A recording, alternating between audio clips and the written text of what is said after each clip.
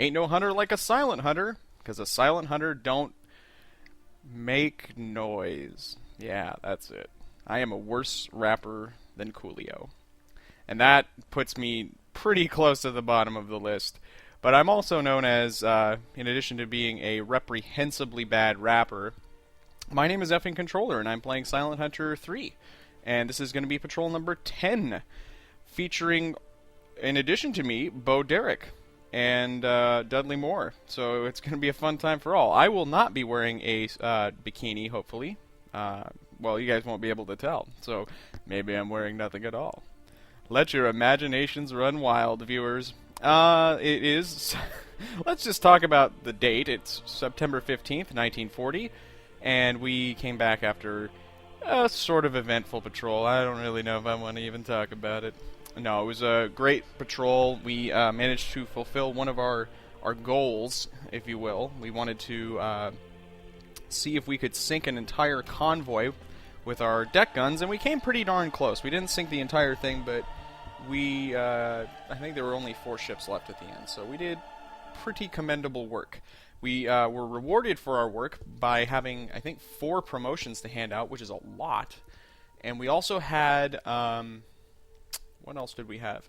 Oh, we had several awards to hand out. I guess I could show you guys. It's not that interesting because, frankly, the only thing that awards really do is they decrease, I think that they actually, not decrease, they increase your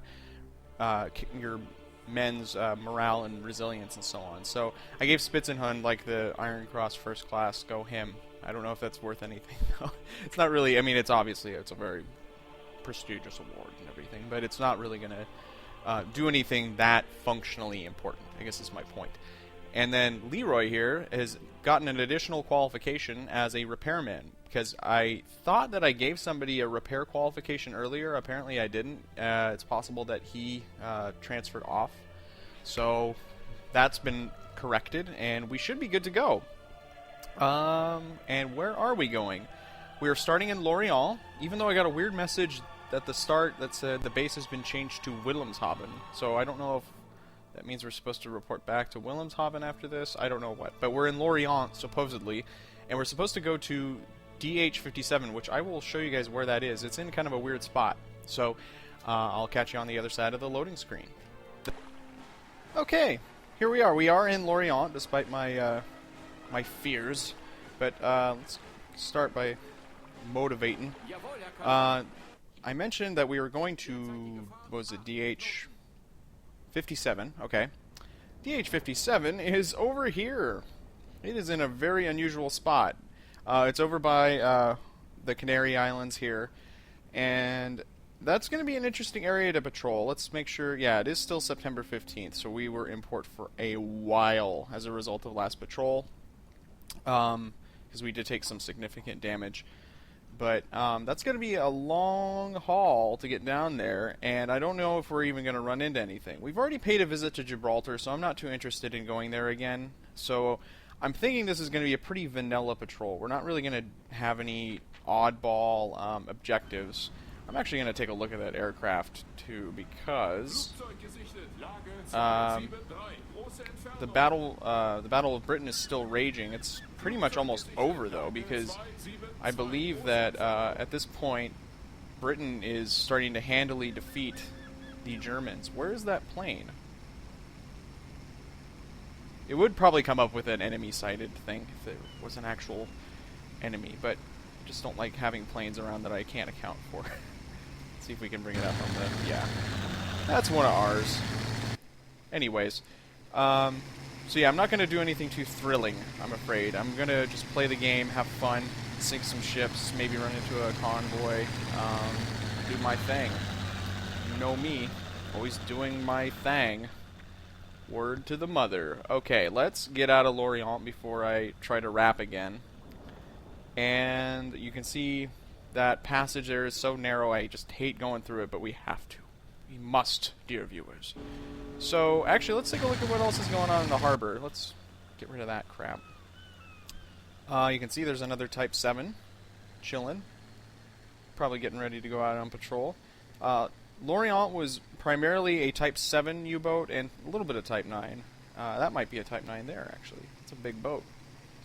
We're gonna need a bigger boat. It's got 2 flat guns, in fact. Not too shabby.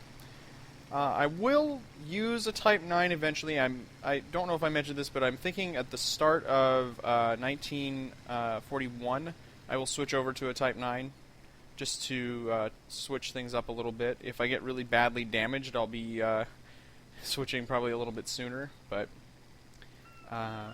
just to hopefully possibly expedite things. But actually, that doesn't expedite anything. What am I talking about? I'm rambling again. Whenever I get on the frickin' bridge of this ship, on the conning tower, I start rambling, and my men hate me for it. They just are looking off in the distance, hoping I'll just shut up, and I think I'm going to indulge them. So, I'll plot a course here once we get out of this obnoxious harbor. Probably just taking a fairly straightforward course. I'm going to try to get into the Atlantic a little bit deep, and then head due south, probably, just to see if I can catch any of the convoys that are coming up from the other side of Africa, or from the Caribbean. So, that's what we'll do. I knew I was forgetting something. We actually upgraded our flak gun as well. We now have a Zweiling, or whatever it's pronounced as. It's basically the same as our previous flak gun, just with 2 barrels. Let's go ahead and give it a whirl. Might as well. I haven't taken it out for a spin yet. Well, the only real difference I'm noticing is that we have more ammo. You can see that we went through 40 rounds just there. Previously, we were only able to use 20 rounds per magazine. But that's not bad. So, that was fun. I'm looking forward to sinking more ships with the flak gun, I guess. Okay. We're going to get out of here and plot a course once we're gone. Okay, we've made it out of the harbor, and one thing about Lorient that really separates it from Wilhelmshaven is that it is mined and netted pretty thoroughly, in fact. There's mines here, I think, and then mines maybe here. So I'm trying to... Actually, it's more like that, in a line like that. And nets here, maybe, I don't remember exactly, but we don't want to have anything to do with either one of those. So I'm taking a fairly cautious course. So I looked at our map, and I'll just show you guys too, and you can see that there are some significant convoy lines that go through the middle of CE. Our patrol grid is in this area here, so I figure we'll jog over this way and then kind of bow back in, I guess. So, I believe that was CF that's in. Yeah. So we'll make a run for CF. And let's see, I don't want to run into any islands. That would probably be a bad start to the patrol. And we're just going to go like this. Hopefully catch some traffic in the area around here, maybe. We'll see what happens. We have no guarantees, though, as usual. I'm just kind of plotting a haphazard course. I should probably make it a little bit more staggered so that I can get more coverage. We're just going to cross this entire sector here, and then we're going to go back this way to DH-57, which was our mission area. Okay. I'll tidy that up off screen probably, but just to give you guys a general idea of where we're going. So there we are. Onward! We're still not too far out of harbor, but I wanted to give some historical perspective here. You can see that the Germans are still raiding Britain, major cities in Britain, so the Blitz is still on, contrary to what I initially said, that I thought it was winding down, but no, it's still going. It's the middle of September, and Sea Lion, the operation to actually invade Britain, is still in the works. It's not... It's a complete pipe dream, though. I mean, to be completely honest, there's no way that the Germans have enough naval capacity to facilitate something like that. The idea was that they were going to use the Rhine boats. I don't know if you know what those are, but they're basically flat boats. You might have seen some of the naval barges that have like 2 guns on them, and they have a big cabin in the back. That's basically what they were going to use to load the troops onto and then land them into Britain. There weren't enough of them, and they were so ill-suited to the channel that it would have been a complete and colossal failure. So It's still being considered, though, so the war is still... It's getting to the moment where we're going to eventually, start to go downhill. We're going to have some problems with air cover. You can look at this map, too, which I showed earlier, but I'll highlight something else about it. The kind of darker, rosy-colored line here, that's Britain's air cover as of 1939. It gets more and more impressive as the war goes on. 1941, it extends out that way, and then you also have Gibraltar. And then by 1943, it's pretty much all over. There's coverage everywhere. So it's the beginning of the end in a lot of ways. I mean, in a way, you could say that about the very start of the game, too. It's all going to just end terribly for us. We're probably going to die. I mean, that's another thing, too, is I'm probably not going to make it to the end of the war. But that's just how things are going right now. So we're going to have to still, like I was saying before, make hay while the sun is shining. So there you go. There's your historical lesson of the day. It was probably fraught with lies and mistruths, but there you go. Still, I haven't tidied up the course any, so I think I'm just going to keep it that way and move on towards our objectives.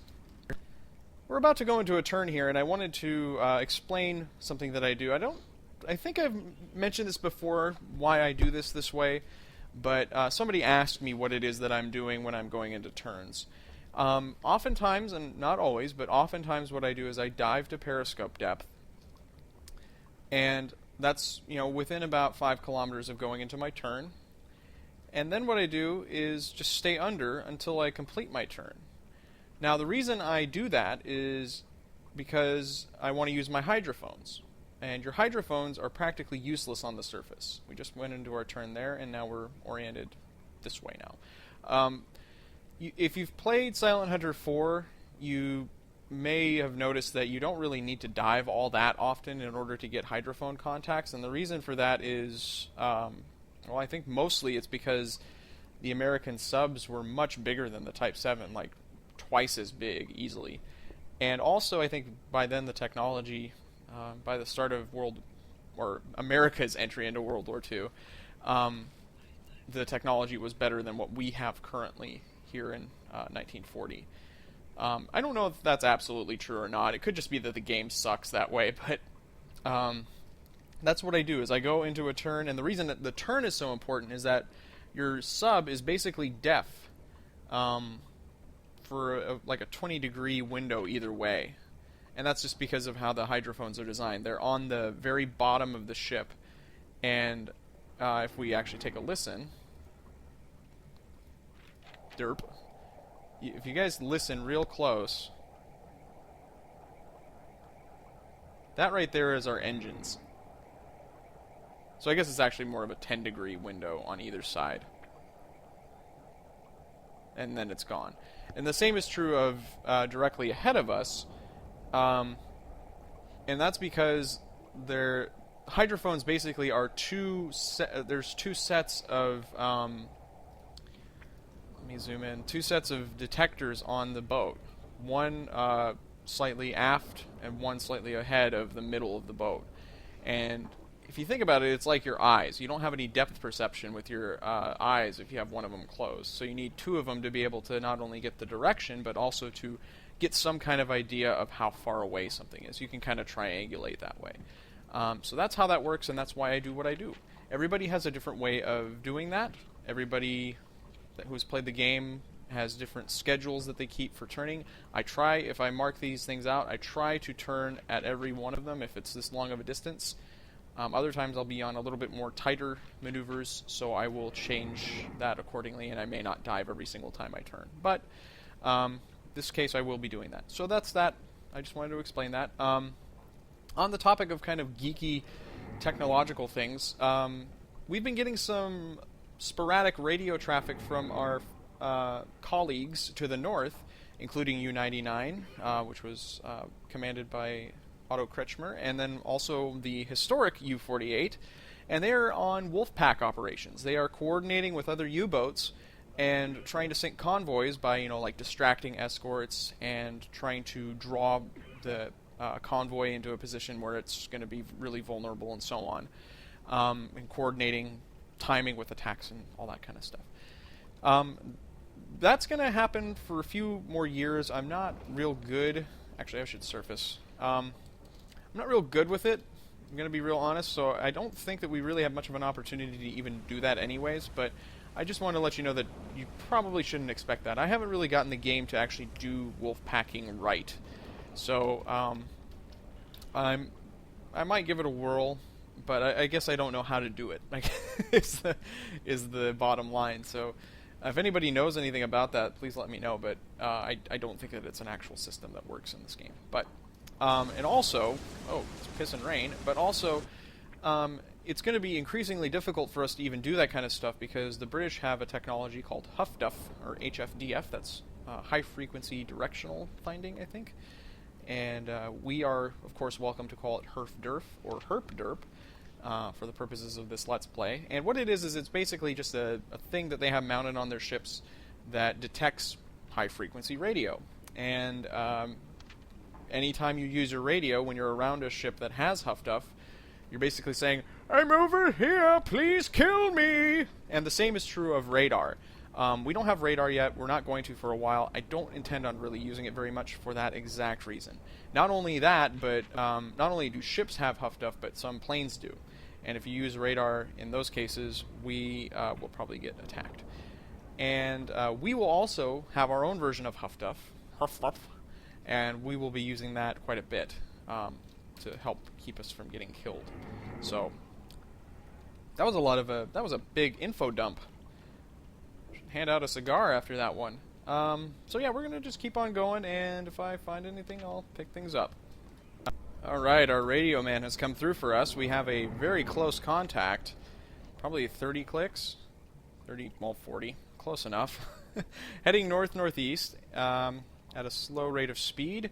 The weather is pretty bad, but I'm gonna try and catch up. Get us into position here. And try to get a little bit closer so we can get them on hydrophone. I had us under because I like to periodically do dives in the middle of my little maneuvering here that I talked about earlier. It's just a thing I like to do. If I'm going, you can see here that there's a time frame of 5 hours, 5 hours between these two waypoints. So it behooves you to go ahead and just dive at some point in here, just to see if you can get any contacts.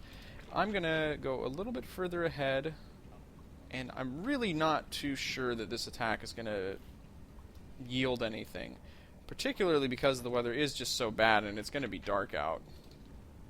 And we might have kind of outpaced them too. So let's go to the east. And we should have a watch officer on deck. Certainly.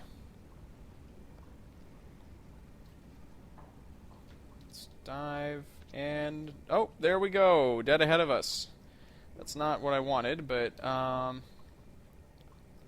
just gonna assume that it's him and mark a line. It's not exact, but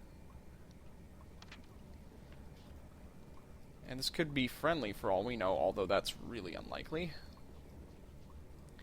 Let's tighten that up to the left a little. And we're going to head north and try to overtake them. Increase our speed.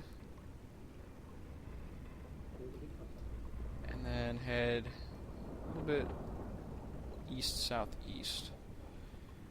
Alright, and now we're going to dive. Decrease our speed a touch. He's a bit further ahead of us than I wanted him to be, so we're going to have to adjust again. If I was really clever, I would be, using calculations to figure this kind of stuff out. But I've just gotten a feel for it over time, and this is just how I like to do it. So, certainly I'm not the most scientific U-boat commander, but I think I like to think I get the job done. Okay, that's probably good. We're gonna ooh, fascinating. So there's two. And oftentimes when they're working like that in a small group, they're usually small boats. So I don't know if this is going to be anything worth shooting at. But we'll take a look all the same. Almost looks like we're getting some... Ah, that's because it's morning out. Okay. And it is really tough to see anything. Certainly the deck gun is out of the question under these kinds of conditions. And he's supposed to be... Well, he's actually fairly far under the conditions that we're working in. Why don't we notch it up a little bit, go on the surface again.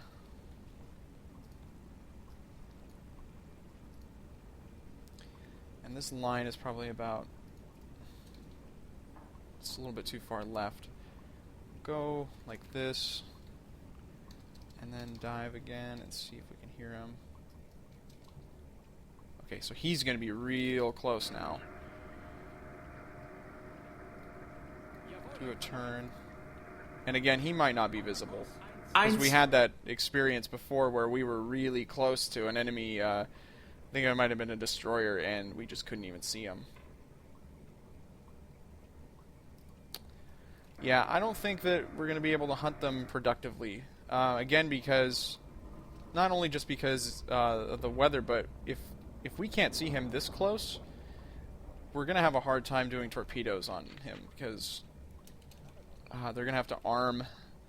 Well, they normally arm after, I think, 500 meters. But if we get too close, then it's going to make things really tough, so...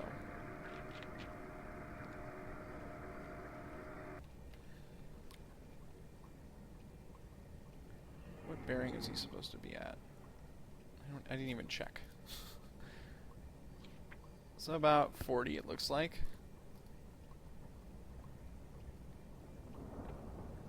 I see nothing. Well, what I could do is I could shadow them for a while and possibly wait for conditions to improve. That's a bit of a gamble, though. But 2 ships is pretty tempting. So I think I will shadow them and hope that conditions do improve somewhat. And if they do, I will pick things up again. Well, conditions are still pretty bad, so the visibility is so poor that I think I'm just going to have to bag it. We're going to return to course. But, as if to add insult to injury, who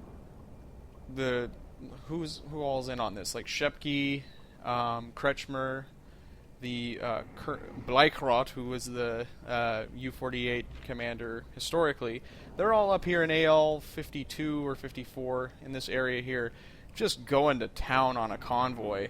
And I just looked it up, and it was apparently escorted by 5 British escorts, you know, destroyers, sloops, corvettes, and so on. And they sunk, I think, 90,000 tons worth of shipping between the... I think there were about 4 of them, 5 of them involved, but we're having pretty slim pickings here, and we really actually wasted quite a bit of time chasing what was ultimately not a very interesting target. So I regret that, but you gotta do what you gotta do.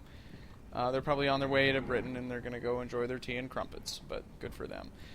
They had the weather on their side. So we're gonna keep going. Gonna keep cutting through CF here and make our way to DH.